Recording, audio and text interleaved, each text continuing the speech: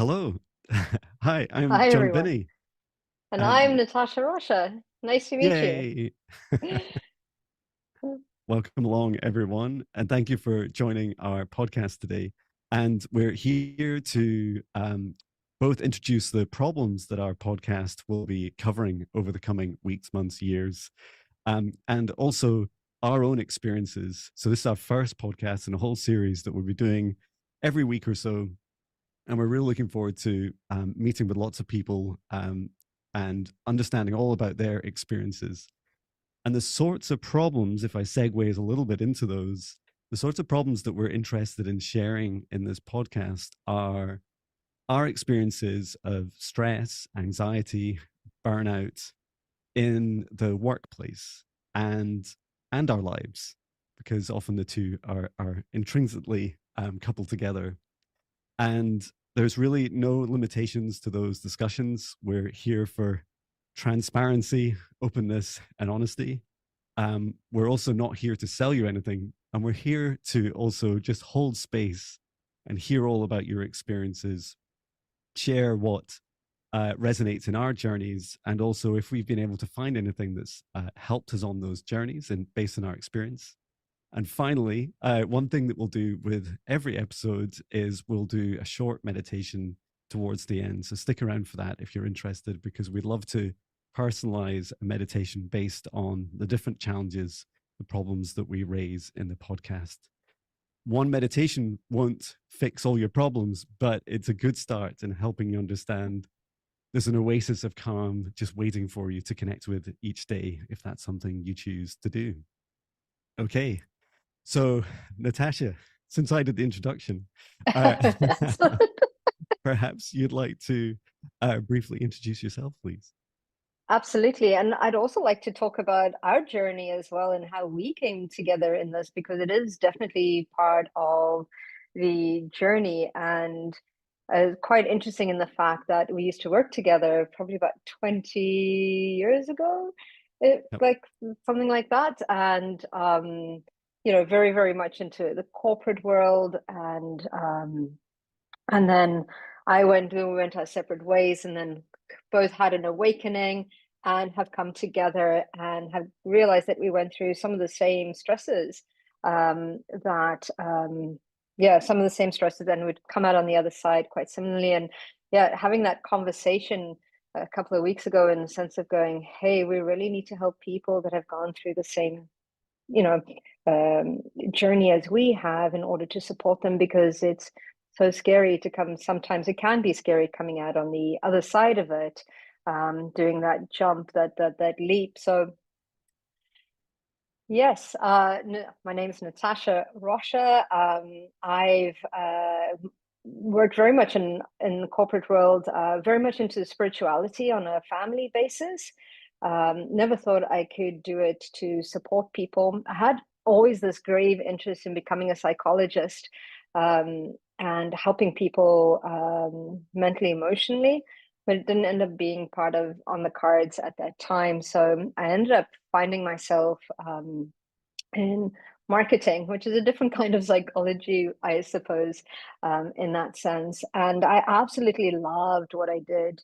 And yeah, being from South Africa, there's kind of like a bit of a different mindset in the sense that we push through everything and we thrive on stress, and I still thrive on stress, but I kind of like in this more of a positive stress nowadays. But yeah, absolutely 100% dedicated myself to what I was doing, 100%, and then started finding out that as life went on, the pressures of work came on, and then that started getting a little bit stressful. And then at that stage, we decided to expand our family, and children started coming into the picture, which is absolutely wonderful. And I found, as a new mom, but also wanting to pursue a very much a corporate career and achieve in those, there started to be a lot of those stresses that started to come in trying to manage both worlds as well. And I also went through that aspect of when I come back to my job, it felt like that position that I loved so much was also starting to get threatened. Um, So yeah, that kind of like shifted things, and that was quite stressful. And then I think as humans, we're just pushed to like just push through this week, or we'll just push through this month, or it's just this year. We're going to make those changes. And then all of a sudden, my body started to kind of like go, excuse me, hello, slow down, take a minute or two.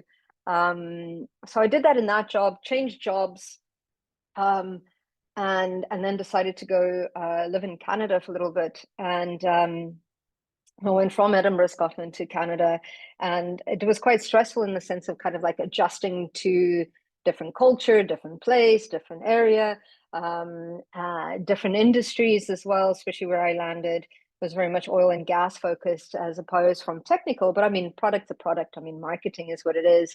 So there was kind of like those stresses of coming in. And then I found workplace bullying for a second time and never had experienced that before. And that really did take a toll on my life. And I got to a stage where I was starting to see a very physical outcome where I said to my husband at the time, it's like, something's got to give. And I need, like, my body just can't do this anymore. I mean, my gums were all kind of like, it hammered my gums. Like I ended up breaking my leg in 5 places. Wow. I had I'd moved to Canada and I was like, okay, I'm going to join some kind of sports thing because I love physical activity and always played sports. And I was like, I'm going to join a bottom of the league, mom and pops beer league. Not that I drink beer, and it's just going to be fun, right? And I realized how competitive I actually was because I think it was the second game of the season, and my team was pretty relaxed. We were there to just have fun. It was a bonus that we won quite a lot of the games and moved up the league. But I remember there was myself and another bats person coming in, and I was like, we were so close, and I'm like, I need to get this run in. And I was running from first to second, not knowing what the rules were, and the ball just came in, and my foot hit something, and I ended up breaking it in 5 places, and it was brutal. It was brutal, and at the time, things weren't going so well at work. Super, super stressed, and I was like, I can't be off work, so I ended up being taken off the pitch by an ambulance to the hospital. I was so embarrassed. Thank goodness there were a bunch of nurses on our team because I had a whole bunch of people like, I can help you, move through this. And I still remember thinking, my leg is no longer attached to my foot. I just don't know where it is, right? Anyway, I got to the hospital, and that we're so used to kind of like just push through the pain. And I was like, okay, just slap on a cast and off we go, 6 weeks, whatever. And they were like, no, you need to slow down. And I was like, what are you talking about? Just put the cast on. I need to go. I'm working tomorrow. Just like place it in there. And they were like, no, we're keeping you overnight and you need surgery. And I was like, what are you talking about? And they're like, nope, you're going to be off for 6 months. And I was like, what? And it Wow. was a full kind of like, slow down, take care, like, stop kind of a thing. And then it was dealing with the mental aspect of that. I'm not going to work. What's going to happen? You know, that it's still learning to walk again, the irony, learning to slow down and walk again. And we just try and rush through that, right? Because there's that need to get out there, need to get out there. And then eventually it threw me into really starting to take care of myself, physically, mentally, and emotionally. And then it took me more into the kind of like, Reiki master, craniosacral therapy, working within the Akashic records, reactivating that. And somebody said to me, you need to do this to help people. And I said, no, like, how can I do that? Like, no, this is scary. What are all my corporate people going to think? Holy, like, who is this woo-woo Natasha over there? Kind of a thing. And then I started noticing that I did the healing, and I think that's important. Really looked within to see, and still do, because it's an ongoing thing. And then started supporting others and empowering others to step into their passion, their purpose, and to do their healing. And I realized that it really is a journey of walking beside people rather than trying to fix it, or it really is like, how can I support you? How can I be of service? And that shifted quite quickly. Although there was a lot of resistance because it's what I knew. The scary part is doing the big jump into the unknown and the worry of the judgment of what will people think, Yeah. right? Yeah. How about you, John? Wow. Yeah. And I just want to hold space like you. Um, Thank you for sharing your journey. And I I also pick up on like your energy now. That's one thing I also want to reflect on for both of us. Our energy is actually pretty high. Like we're really happy people.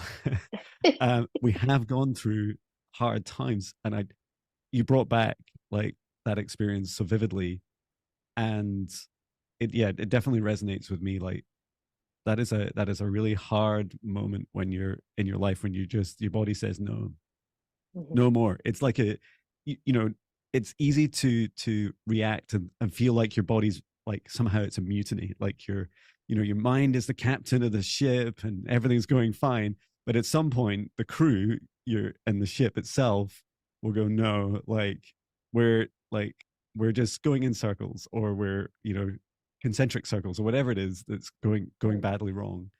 um and yeah, that was definitely a big realization for me as well, was like the partnership with our bodies. And actually our bodies are so much more sentient and helpful partners than we give them credit. I feel that's a journey for me also. But yeah, thank you so much for sharing your journey. Yeah, so my turn. I won't put it off anymore. Mhm. So hi, I'm Jon Binnie. I am, as of today, it's not my birthday, but I'm 47 years old, and I have been in the software engineering and more latterly artificial intelligence development industry for just over 26 years. And I started out doing uh, at university, learning what was called back then in the 90s computer science and software engineering. And I went through like a series of development jobs and quite quickly into management. I think I was in management within 2 or 3 years. And and partly I always felt like I had lots of bad managers, and and I felt like I could do that better. I could learn how to do that. Little did I know how hard it is to manage people. Um, yeah, I went through many different jobs, about 10 different companies in those 26 years, and the last 8 years was in was in a big global corporate. And I started my career really like chasing all these I don't know, Western culture kind of tick boxes or goals that we kind of set ourselves, we program ourselves to believe are fantastic things that make us happy, right? So a house, a beautiful wife, kids, got two beautiful children. Um, I chased job titles, salaries, companies, scope of work, and I steadily over I think till about 2012, um 2013, I was busy chasing all those tick boxes, and I was increasingly dropping any hobbies that I had. So I'd stopped. I had been, just as my kids were born, I'd been in a pub covers band, so I was doing music every weekend and dancing, mostly sober, dancing on tables and bars and having great fun. And I stopped that, and I stopped playing music at home, and that was like a red flag, but I just ignored it. It's like, it's fine. In fact, even my boss, who I met up with again recently, it's like, why did you stop at that time? That was silly. I told you to keep going with your passions. Like, no, I need a job title, no. And I was like, keep going, keep going. So I was in this this kind of empire building mode of like, I want to manage more and more people. I think up at that time it was about 70 people that I was managing, building all kinds of different software solutions. Even in that one company, included uh, serious game simulations, like 3D simulations for the fire services and firefighters, army recruitment services, and uh, web applications, native mobile apps. And I've also done a lot of things like online banking systems, and things like games, and just normal websites. And so in the last, I did have a very unpleasant. And when you spoke about that bullying part, I did enter a very toxic company briefly, And I experienced some of the worst bullying I've ever experienced personally, and like it was shocking. I mean, it still is to reflect on now. Um, and then what I found myself in was this position where I was like, I went through this like reboot. I was like, well, I was chasing all the job titles, all the money, great, and I was like I wanted to become a chief technology officer, and I was that for two different companies. And then I was like, but in this very difficult company to work in, I find myself questioning that. I was like, why did I chase that? Why was that so important? So in my last, I then left and went into my last job for 8 years. And what was great about that kind of reboot was it allowed me to start with a small team. I started with 4 people. And at the time I left, just at the end of April this year, it was about 36 people. And we'd stopped growing in the last couple of years. And it was like, actually, I realized that I enjoyed, doing things with customers and quite small teams. And I enjoyed like innovating. And I loved the responsible artificial intelligence domain. Like I thought that was really fantastic. But even as I built that relatively, some might call that a small empire, um, I found people around me were struggling with stress and anxiety. And I was too close-minded, I think, to really acknowledge that I was going through that too. And Mm-hmm. more scarily, that I was very good at it. Like I was very good, very high tolerance for stress and anxiety. And that did not make me a sympathetic, empathetic manager. And I'd often be like, nice. And I believe I never lost my humanity. But at the same time, like it's almost as bad, right? When you're that manager that's like, it's okay, I understand that it's difficult for you. Is there any way you can do it for tomorrow? It's like, it doesn't matter how Yeah. you polish that poo. It's like, it's still a poo, and you still need to address that. And some of those people left, and they were managers managing the teams that I built. And I quickly found myself just over 2 years ago in like just dangerously close to burnout. And Mm-hmm. I, I was in situations where just firefighting every day to get through the day.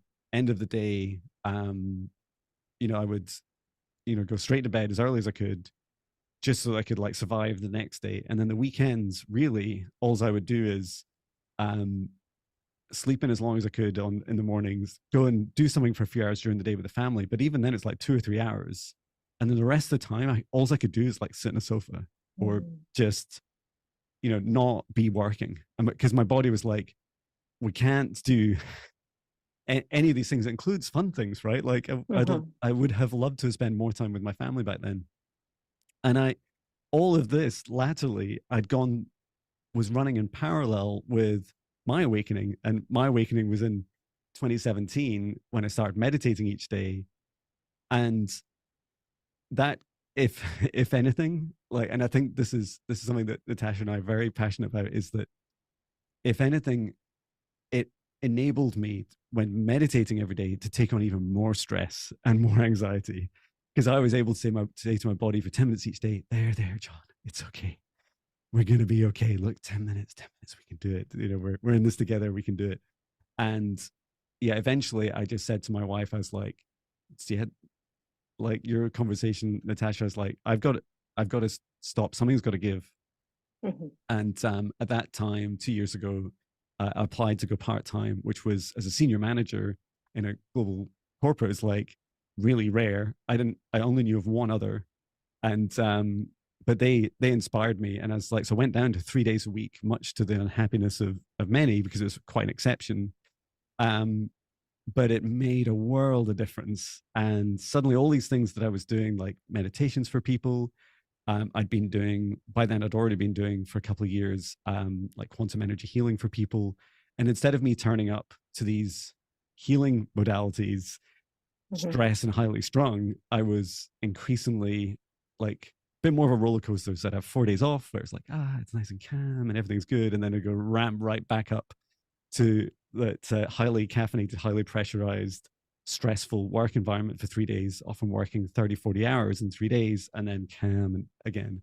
And I remember each time this went on for, especially in the first year, my body was like, I don't know what you're doing, John. It's like, what? It's like the ship is like calm waters, and it's like, oh, it's like everything's on fire for 3 days. It's like calm, and um, and so in the second year of that, I did start to think more seriously. Okay, like how can I ultimately leave, but also make a difference in this world. And I qualified as a mindfulness teacher and started meditating, running meditations each week for the people in the Edinburgh office in Scotland.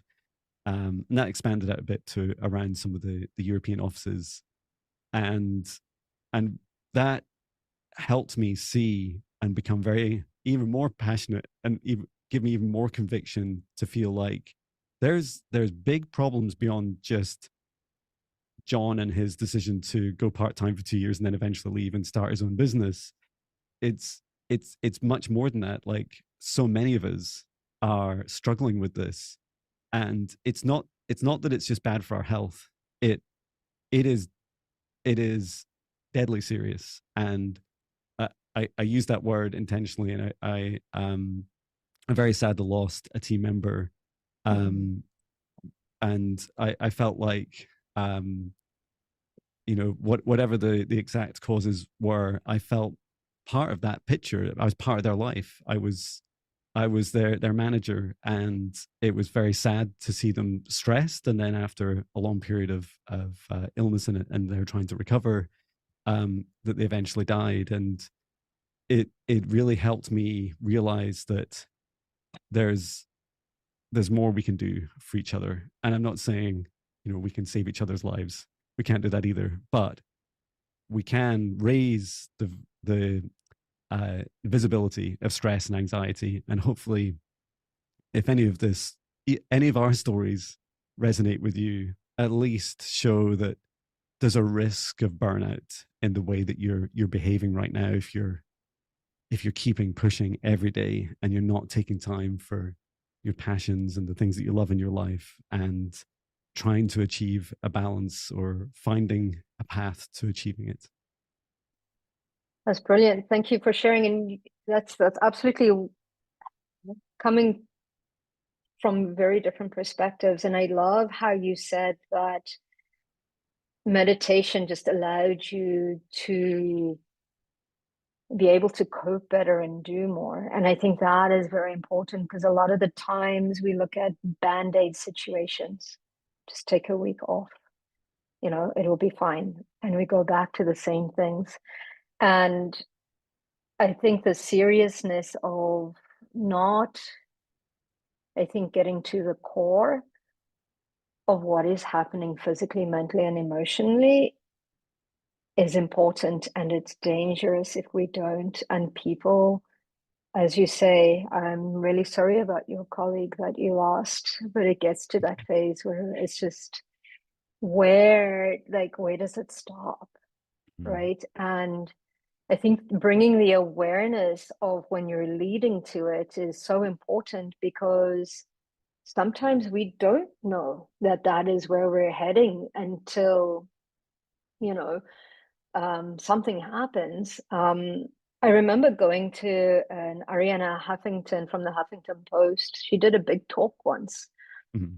And she used to, and that's the thing. So we all talk about, oh, let's smash it till this time of the morning and that time in the morning. And I think she passed out and bumped her head one day in her office. And I think that was her awakening. That's what she spoke about at that conference. And her important thing is sleep.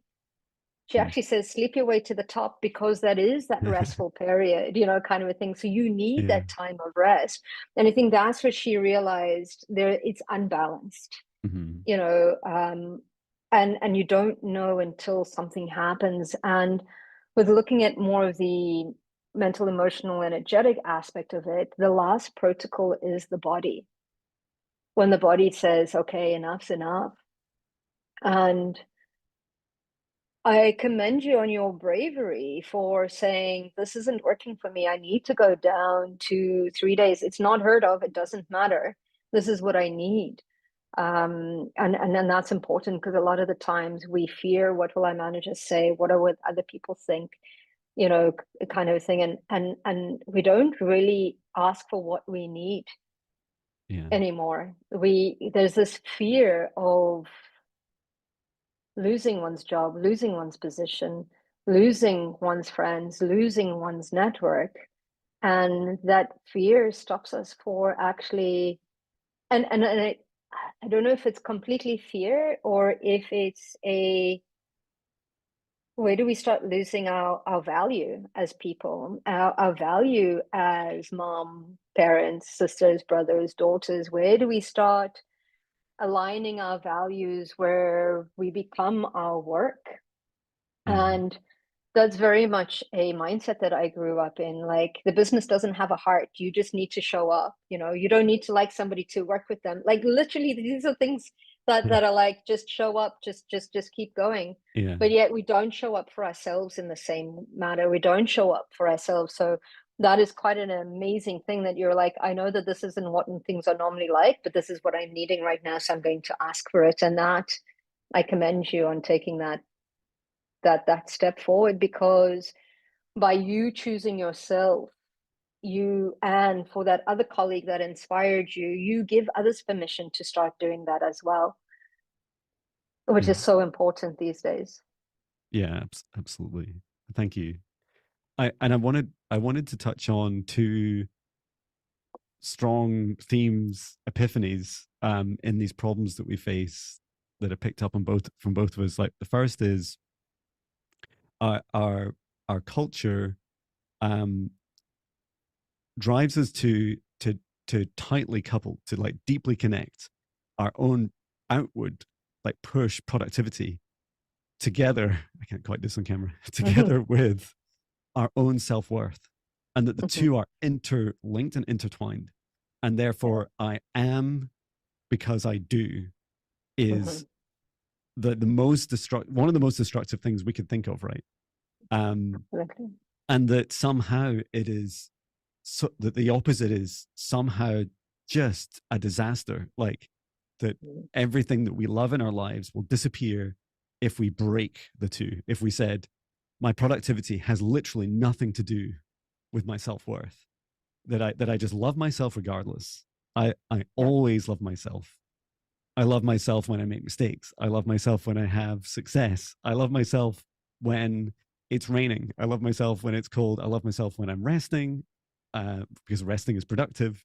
And I love Yeah. myself just 24/7. And in fact, I'm always finding ways to fill myself more with self-love. And even some of those terms are a little bit triggering, right? Like, I love myself can really trigger some people. It's like, oh, you love yourself. Oh, great. That's like, is there space for me in this universe of yours? You know, it's like we get these funny, we've heard celebrities saying some of these terms and getting ridiculed for it, but no one can love you as much as you can love yourself. And self-love is a gift that only you can give to yourself. Only you can say, I love myself. um, and then the other really fascinating epiphany I had is that my productivity, so my capacity, I'm not sure which hand to use here, but let's just use two. So imagine like my John's total capacity to be able to serve my customers. So I choose a customer, like a group of people or all the people around the world or all around the universe, and I say, these are the problems I'm going to solve. I'm going to come up with solutions to help you. That total capacity is limited by my self-love and the act of self-love, my self-care. And so it's like, if my self-care is down here, and it's like, yeah, sometimes John gets a nap on a Saturday, is like, that's literally, you can just squeeze in under there yeah, okay, sometimes John gets to, beyond all his reports and spreadsheets and emails, gets a little bit of time, a few seconds each week to think about how to solve problems for his customer. Whereas if your self-love's right at the top and you're much more dominant in your ability to look after yourself, then you're filling your cup, and you're with a filled cup. You can say, hey world, like, I know I'm just one person, but I think I can help. I think I can help with some of your problems, and you can actually make a big difference. exponentially different to and significant in size than just the poor version of me that I've seen many times in my life, where I never want to go again, of that, on the edge of burnout. Absolutely. And it is quite triggering in the sense where you're like, oh, and I think that's the hardest thing, that whole self-love thing. It's like the touchy-feely aspect that we were taught that business, you does not show up in business. And especially as women, like, don't cry. You need to step into kind of like this role. You can't be vulnerable. Vulnerable, it equals weakness, which equals, whatever we make it mean. And that self-love aspect is not only, and the aspect of, okay, I love myself, therefore I will, but it shows up in what we eat, the people we hang out with, the time, like you said, the sleep aspect of it. Mhm. It shows us, like, where am I loving? What am I putting into my body? Is it, soul food or junk food? Like, what am I putting into my mind? What am I, surrounding my environment in that aspect? I didn't realize that it went quite that far. And I love that you said that it's like an aspect of self-love is self-care. And self-care for one person might be very different to somebody else as well. And I think these are undervalued in corporate, absolutely undervalued in the sense because there's not seen any benefit, because like you say, what is the action reaction? Because like they're not physically tangibly seeing it, but we're also not giving it an opportunity. Because as you say, if you're giving from a place of overflow, you're giving quality. It's like trying to run a car on empty. It's not going to go very far, and you're going to have to keep fueling out as much as you Get out and can push. all the time. It's like they get out, or sometimes get out and push, or sometimes you're just stuck with a bloody flat tire and you have to sit for somebody to come and help you. But it's that aspect of continuing in it, and it's not about the cup being half full or half empty. The cup is refillable. It's continuing to refill that cup and give from overflow, because we become more, and it was the strangest concept that I had, is needing to slow down in order to speed up. We actually do become more productive when we're at a calmer nervous system, because instead of battling through trying to find something for 6 hours that we can't figure out because our nervous system is all like, oh my God, I need to get this report. I don't have time to do this. I don't have time to, as a pace of, okay, let's tackle this. You're in a very different mind frame, which ends up, you become more productive in a less amount of time because your brain is functioning better. Your heart is functioning better. You're breathing through it. You're giving from overflow. You're in the space of creativity when we're in that. And problem solving is an aspect of creative. I think people also think, oh, and what I've come up with is like, oh no, I paint, I don't paint, I don't dance, I don't, no, creativity is solving problems Yeah. as well. So when we're giving from that place of overflow, we're actually more productive. And we're affecting the people around us. It's like you say, a smile can affect up to 250 people, Wow. within a day, because you smile and somebody, yeah, absolutely. It changes 2 or 3 people who Yeah. then change the people that they interact with. You change somebody's day, that love, that compassion, that what you're putting out there. And it's the same thing as if you're in a bad mood or you're something, what are we projecting out there? We don't actually realize the amount of people we affect in stepping into, and it's important to be authentically ourselves. And when we are triggered, it's important to work through that trigger. We get taught to like suppress it. We'll deal with it later. I can't deal with it now. This is Yeah. stressful. I'll deal Yeah. with it later. And then it shows up It physically. just, yeah, it just stacks up. And I want to, Escalates. before we go into meditation, I'd love to Mm-hmm. pick up on that theme of receiving, because it feels like one of, between that and self-love, is one of the hardest like things that need to change in this world. Mm-hmm. And I was reflecting the other day, it's like thinking back over my software engineering career. It's like all those times that we had like hard technical problems to solve for customers, whether it was like scaling, a banking system to tens of millions of people, or reducing latency of a web page being served to like with ridiculous complexity, or launching a product and then having like really difficult bugs that needed solved like really fast, almost every single time that we took leaps forwards, solving any of those problems was not actually in the work environment itself, because the work environment was not conducive to that innovation aspect. And most commonly, a developer or I would come in the morning and go, in my morning run, right? Get this, guys. What about we just do this and this instead of this? And they're like, and they were laughing. It's like, oh, we don't need to know about your run. No, you run every day. Oh, great. Oh, that's lovely. And then we're like, no. Like, I think this is a great idea. And it came to me, and others would say, oh, I was in the shower, I was Yeah. walking my dog, I was chatting with my partner when I said this out loud.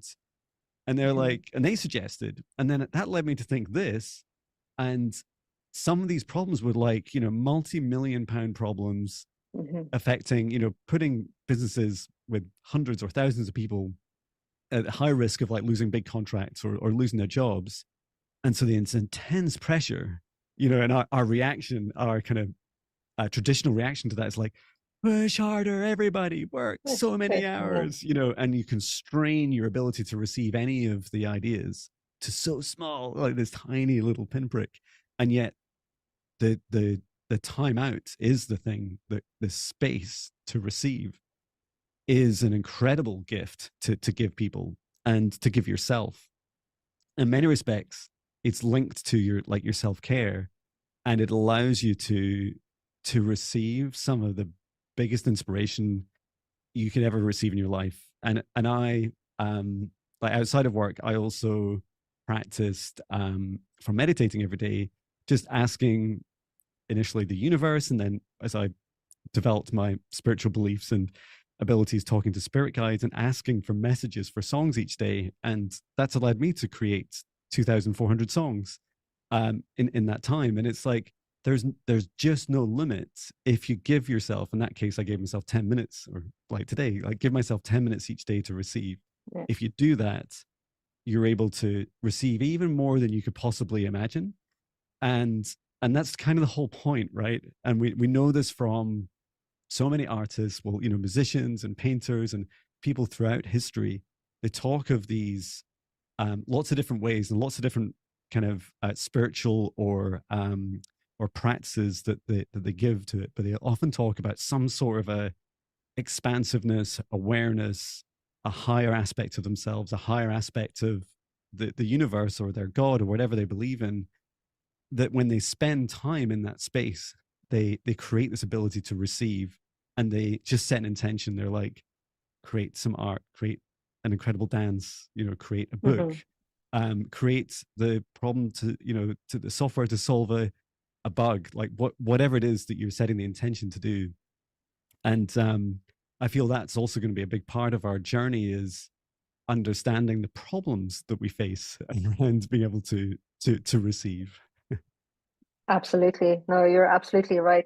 They've actually brought out a few products for in the shower, where you can actually, it's like a whiteboard that's kind of like, you can actually write your ideas when you're in the shower. Oh, that's And so that's cool. such a, yeah, it is. It's awesome, because sometimes we get these streams of consciousness and they're in and they make sense, and sometimes they're out. So it's good to write them down. And it's any form of meditative state. I think a lot of the times when we think meditation, we need to sit down, close our eyes. Absolutely, that works. But meditative states are states like being in the shower, because you're not thinking wash arm, wash leg.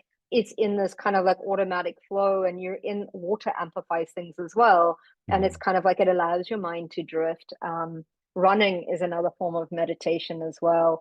And so as I had a friend of mine who loved doing some sort of arts and crafts, and she's like, I'm not like you can't meditate. I was like, absolutely you do. You just do it in a different space.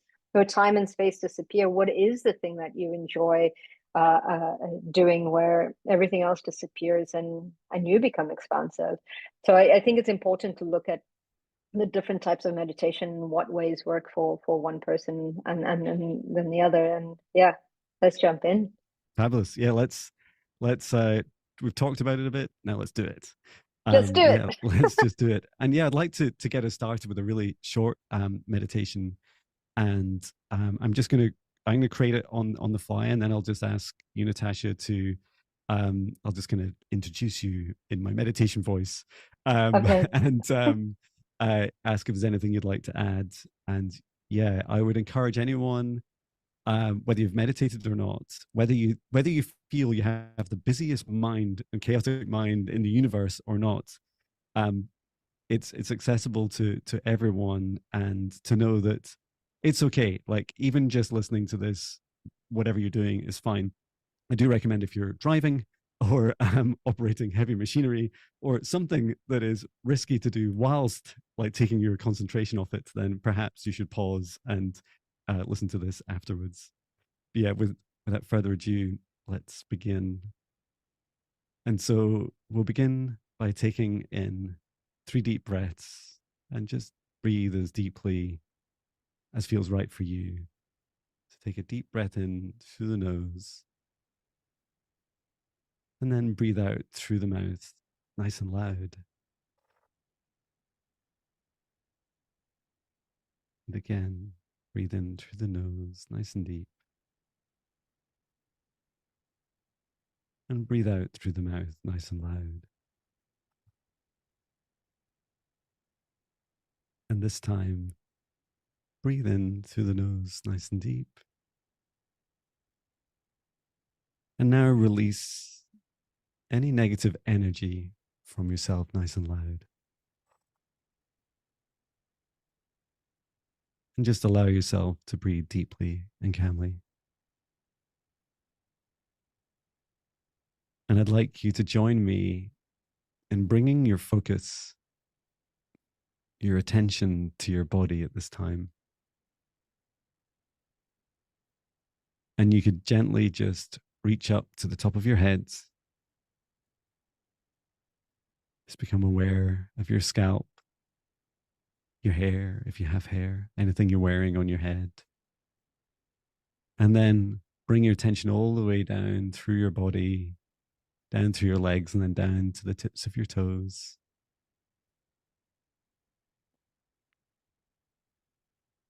And each time we visit parts of our body, just ask your body, how are you doing at this time? How do your toes feel at this time?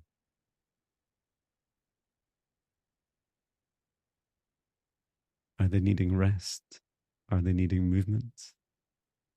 Are they feeling sore or nice and relaxed? And then bring your attention all the way back up to your chest and out across your arms, out to each of your fingertips. And again, just ask your body, how are my fingertips at this time?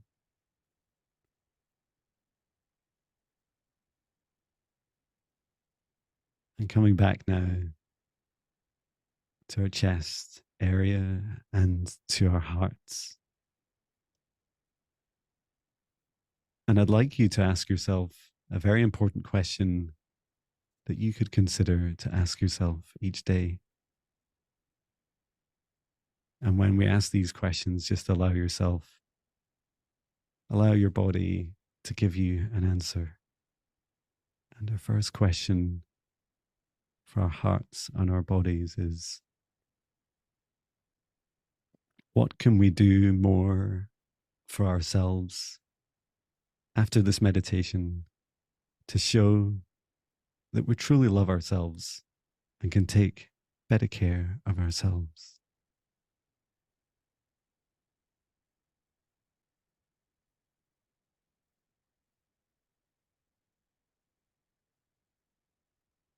And then one more question.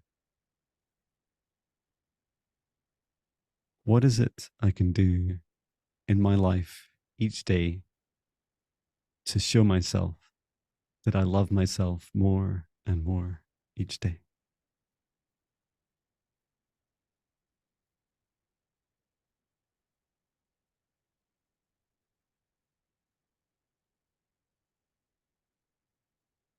And perhaps in these answers,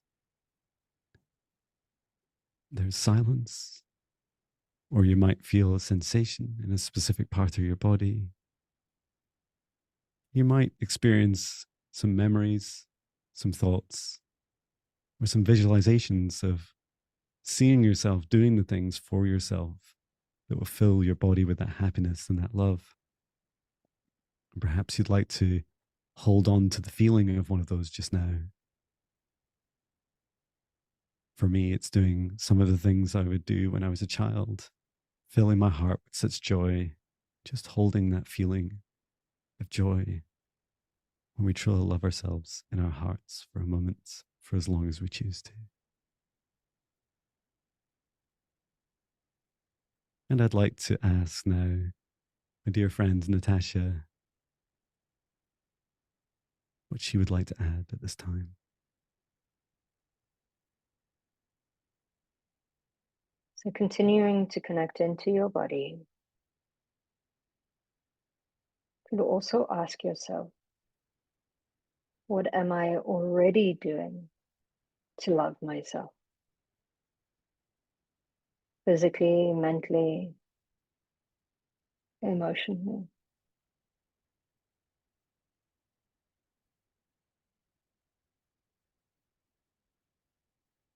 And sometimes we forget to reflect on what we are already doing well.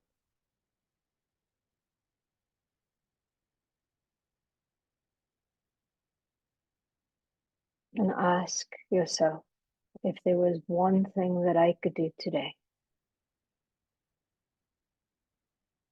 that would bring me joy,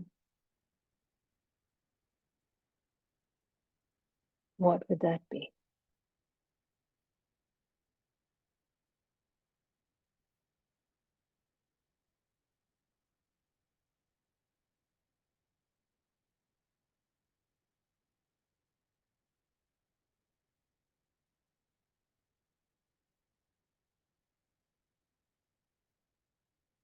And it might be taking a quiet moment. It might be having a conversation that expands you. But know that you're the single most important person in your life, as you're the only one that will be with you for the rest of your life. And as you continue to love yourself, you continue to allow others to love themselves.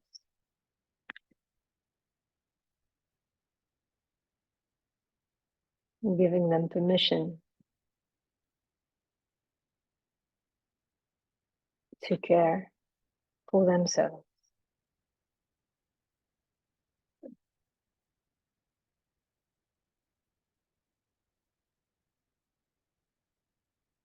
And knowing that if we want to change the world around us, it has to happen from within. So how can I love myself more?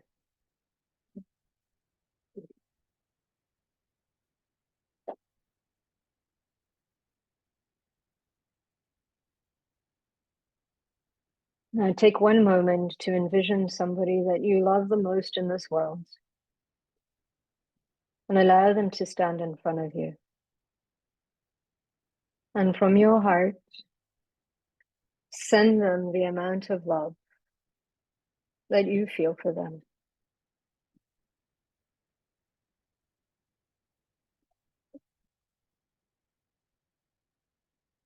And then when they're full of love, I want you to replace that person with an image of yourself. Send yourself the love that you give others. Because so many times it's easier to love others than it is to love ourselves. And this is a great way to start pouring love into yourself. And once that feels complete, allow that version of yourself to step into your body, feeling the complete love that you already are. Breathe that in. Anchor that feeling of love into your body exhale.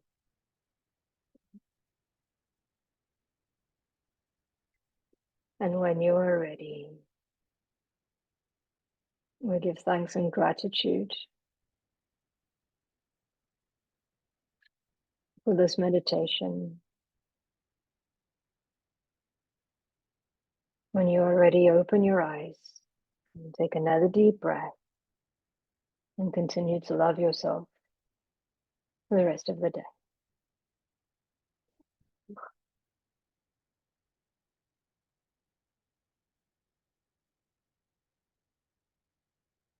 Wow. Thank you so much. Thank you, Jon. That's awesome. It was really beautiful. I definitely saw there was some room for extra self love in that version of Jon I saw in front of me. It's like, I think I'm pretty good. It's like, no, there's still No. space. Good news. There's about at least another 20%. And I was like, I can do this. And yeah, when I felt that version of me step in, I was like, look at the thing you're doing, Jon. You're doing like the podcast thing. And I'm like, oh, yeah, everything I do, I love myself for doing.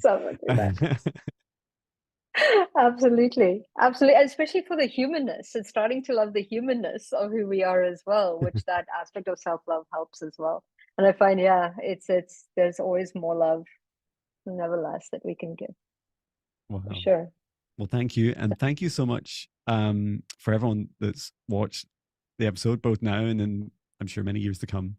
And please do like look after yourself and find those things that you can do in your life to demonstrate, because love is a doing word, right? So it's a feeling, Absolutely. but it comes from the doing. And so definitely, find out all those things that you can do, that you are doing already, and that you can continue to do to grow your self-love.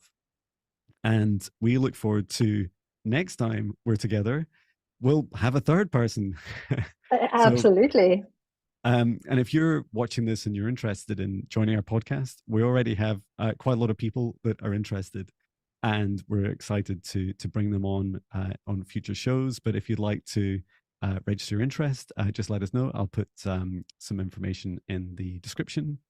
And yeah, we're looking forward to sharing our problems and our experiences, and also more meditations through this podcast. So thank you so much, Natasha. It was amazing to get this started. Thank you. And I'm so excited. I'm so excited. I'm so excited to work with you as well and to be of service. I think that's amazing. Thank you so much. I really appreciate that. Thank you, Natasha. Take care, everyone. Thank you. See you. Bye. Bye.